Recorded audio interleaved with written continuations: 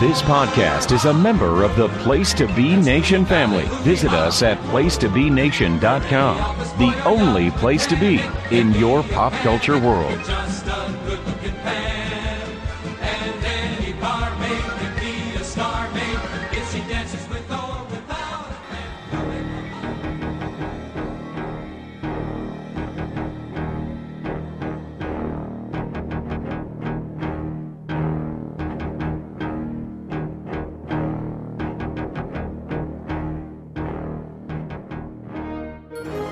Place to Be Nation Pop Experience. Welcome to today's edition of the movie review of the day. I am Andy Atherton back here with you, starting off another fun week. No theme, just talking about movies, whether it's recently released, something we just saw, or in this case, I kind of was drawing a blank for today, and I was like, today is August 10th, so let's see what other movies have come out on August 10th in history. And I may do this in the future because that way you don't get kind of, you sit here trying to think of what I want to do, and then it gives you inspiration. It keeps you from maybe doing the same genres over and over on these free thought weeks that we have, as you may say.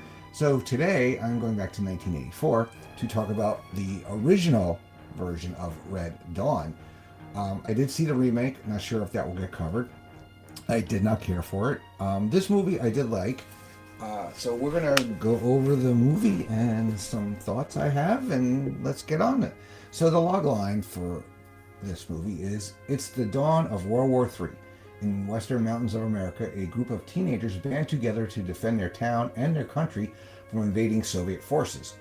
And this movie stars Patrick Swayze, C. Thomas Howell, Lea Thompson, Charlie Sheen, Daryl Dalton, not the baseball player, Jennifer Grey, trying to find other names that you might have heard of, Harry Dean Stanton, Powers Booth, and a lot of other people. It's been a little bit since I've seen this movie, but I do remember it quite a bit. And I could just tell you, so when this came out, I was just shy of 12. And for those of you who are a bit younger than me, maybe born later in the 80s and the 90s, I was born in the early 70s, this kind of came out and fed on the fears of World War III happening, because that was kind of a real thing that we were kind of scared of as kids. The Cold War had just ended. We still had the divide going on between East Germany, West Germany. The Soviet Union had grown in power. Nuclear weapons were starting to be a real, not that they weren't a real thing, because we had the atomic bomb and all that stuff in World War II and things like that, but there was like the threat, and it was scary. It was real. There was a TV movie that came out. My parents didn't let me watch it. I don't know if I've seen it this day, called The Day After Tomorrow. It was about a nuclear war, and other shows talked about TV shows talked about the fear of a nuclear war, and that was something that kind of feared us. I mean, Silver Spoons did an episode about it, and that was a sitcom, and it was like where Ricky was, I think, the president, and he, talked back to the Soviet prime minister at the time and started World War III. So yeah, there was a lot of, and it kind of built upon this, like, what happens if we got invaded? Because, there were other movies. I remember Invasion USA, the Chuck Norris movie came out, and it was something that was like a fear of ours at the time, between, Russia and Cuba and all these other countries that we were not on the best terms with in that time in our history. So this movie was directed by John Milius, screenplay co-written with Kevin Reynolds, and it starred a lot of upcoming actors, as I mentioned before: Patrick Swayze, Charlie Sheen, C. Thomas Howell, Lea Thompson, Jennifer Grey, kind of the Brak Pat and Brak Pat adjacent people there, because they weren't, there's a lot of people, these were actors and actresses you saw in a lot of these kind of John Hughes ensemble movies, things like that. And it was a commercial success. It grossed $38 million against a $17 million budget. It was this was a landmark film, and I'll tell you why. It was the first movie in the United States to be released with a PG-13 rating under the modified rating system that was introduced on July 1st of 1984. So before that, it was movies were either G, PG, or R, and there was no kind of middle ground between PG and R. It was like it was one or the other, and that affected how many people could go see it. Right? If there was a movie that was like borderline, not really an R, but it didn't follow the rules of PG, it got stamped in R. So that was kind of a big deal because this definitely with the violence in this movie, it would have been an R-rated movie if the rating system hadn't changed. There's no way this movie would have been PG, especially like the scene where Jennifer Grey's character gets killed. And apologies, it's a 42-year-old movie that I'm going to spoil here. I'm going to talk about the plot. I just remember seeing, it might have been the trailer or something, and where the soldiers, show up at this school where our main characters go. They're all like, they're obviously, all in their like 20s and what have you, and they were kind of old looking high school seniors. But I remember the teacher goes outside and he was like, well, how can I help you, my friend? And they just like mow him down with machine guns, like blah blah blah blah. And that freaked me out, man. That scared me as an 11-year-old. So let's talk about the plot, and I'll give you my thoughts as we go along with it. So it's in the 80s. The United States became increasingly isolated after NATO is dissolved. Western Europe's nuclear weapons are removed. The Soviet Union is devastated by a failed wheat harvest and forced to use military intervention in Poland to suppress food and labor riots. Soviet allies, Cuba and Nicaragua. Nicaragua, again, was another pain point in terms of what was going on in the world at the time with us. They were building up their military strength while expanding their influence over El Salvador and Honduras. Along with this, Soviet allied government is established in Mexico following a coup d'etat.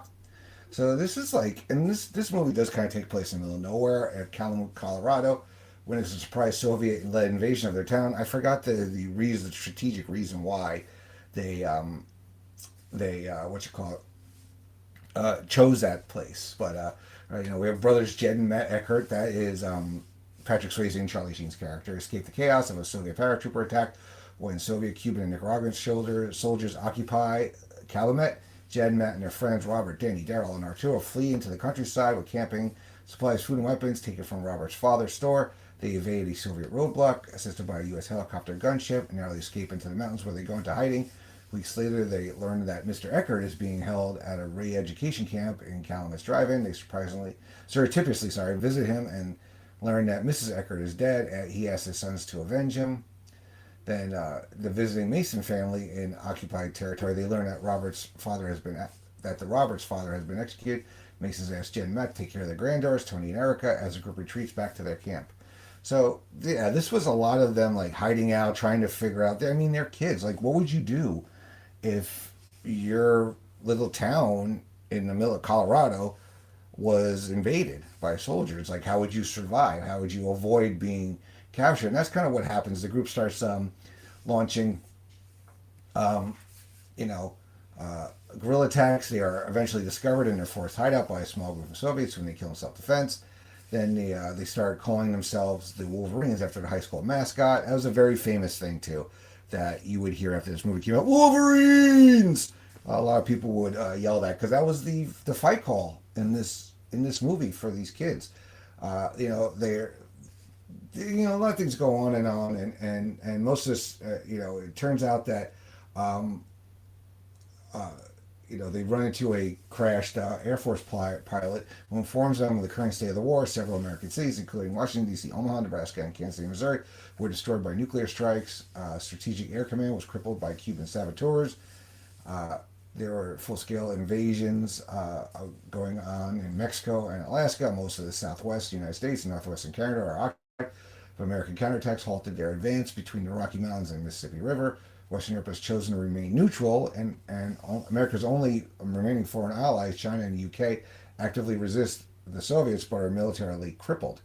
So yeah, this is like kind of like a nightmare scenario for those of us growing up at the time. Let's see. So then they start things start to happen, and we get Tanner ends up getting killed, and along with Arturo killing Crossfire of a tank battle while visiting the front line. Soviet commander arrives to track down the Wolverines. The spoiled Daryl defies Jed's orders and warnings, venturing into town, rescues his father on his own, and is arrested by the KGP when his brainwashed father betrays him. Daryl is forced to swallow a tracking device and released to rejoin the Wolverines. Several Soviet troops attack the group, but are ambushed by the Wolverines who capture the Soviets alive. After questioning the Soviet leads to nowhere, Matt gets the tracker to work, which points to Daryl. The group assembles to execute Daryl, and the Soviet arguing whether they were about to do is right, but Jed shoots the Soviet. Daryl pleads for mercy, but is killed by a furious Robert. And then the Wolverines are ambushed by helicopter gunships, and which killed Tony and Robert. That was when Tony gets killed. That is Jennifer Grey, and she was being rather annoying in this movie. And this is where a little behind is that her and Patrick Swayze, their dislike for each other started, and they actually did not care for each other on the set of Dirty Dancing, which is amazing if you ever see that movie. That the chemistry they have, that they couldn't stand each other. It's pretty amazing. But yeah, when she gets killed, my goodness, she is wearing this light blue, the puffy coat jacket you wear in the wintertime, and she's like leaning up against a rock and this giant boulder, and she's like messing around, just being goofy. Like I guess they had just gotten some food, and she was eating like an orange, and she kept dropping the peels on Daryl, who was Jed. Sorry, that is Patrick Swayze's character, and then all of a sudden they come and they just blow her away. It's just you see feathers everywhere. She is just boom. She is not. She done. So then Jed and Matt attack the occupation forces in Calumet as distraction to help Danny and Erica. Then Strelnikov, who is the Soviet, he mortally wounds Jed and Matt before Jed kills him with his grandfather's pistol. Although the bros are discovered and held at gunpoint by Cuban Colonel Ernesto Vela, he lets them escape in a moment of disillusionment about the war. The dying brothers sit together in a playground during their final moments. Danny and Erica trek through the mountains and reach the American-held territory. The film then closes with a shot of a plaque on the mountainside fenced off with a U.S. flag flying nearby. The plaque identifies the location as Partisan Rock is the following. In the early days of World War II, World War III, guerrillas, mostly children, placed the names of the lost upon this rock. They fought here alone and gave up their lives so this nation shall not perish from earth. So it's not exactly a feel-good story, but it's definitely a movie of its time, right? Because they did try to do that with the sequel, with the remake, and I think it was like 2012, starring Chris Hemsworth and Josh, what's his name, from Drake and Josh, right? I didn't care for it, and they had to change, I think, the evil soldiers in that movie, I think from Chinese to Koreans or South Korean, North Koreans, whatever, because it would not have gone over well, I guess, internationally. But this movie on a whole, it's one of those 80s movies that it's like if somebody said, hey, give me some 80s movies to watch, this would probably be somewhere on that list, because it is, again, like I said, of its time. It's a good movie. I mean, if you want to see a movie with military and stuff like that, it's very typically 80s in the action. So, all in all, I like the movie. All right, so that brings an end to me talking about Red Dawn. But what do you think? Comment below. And then if you haven't seen it and I spoiled it, believe me, you have to still watch it. Trust me. I kind of gave it away, but watch it anyway. All right, so I hope you guys have a great week. Don't forget, check out everything else we got going on here on the PlayStation Pop Experience. Our other daily weekday pod series that we drop at 8 a.m., the Video Jukebox Song of the Day. This week it is a theme week, and we are covering songs about night. So check all that out, and we have some more long forward pods coming for you this week. So I will talk to you later. Have a great week, everybody.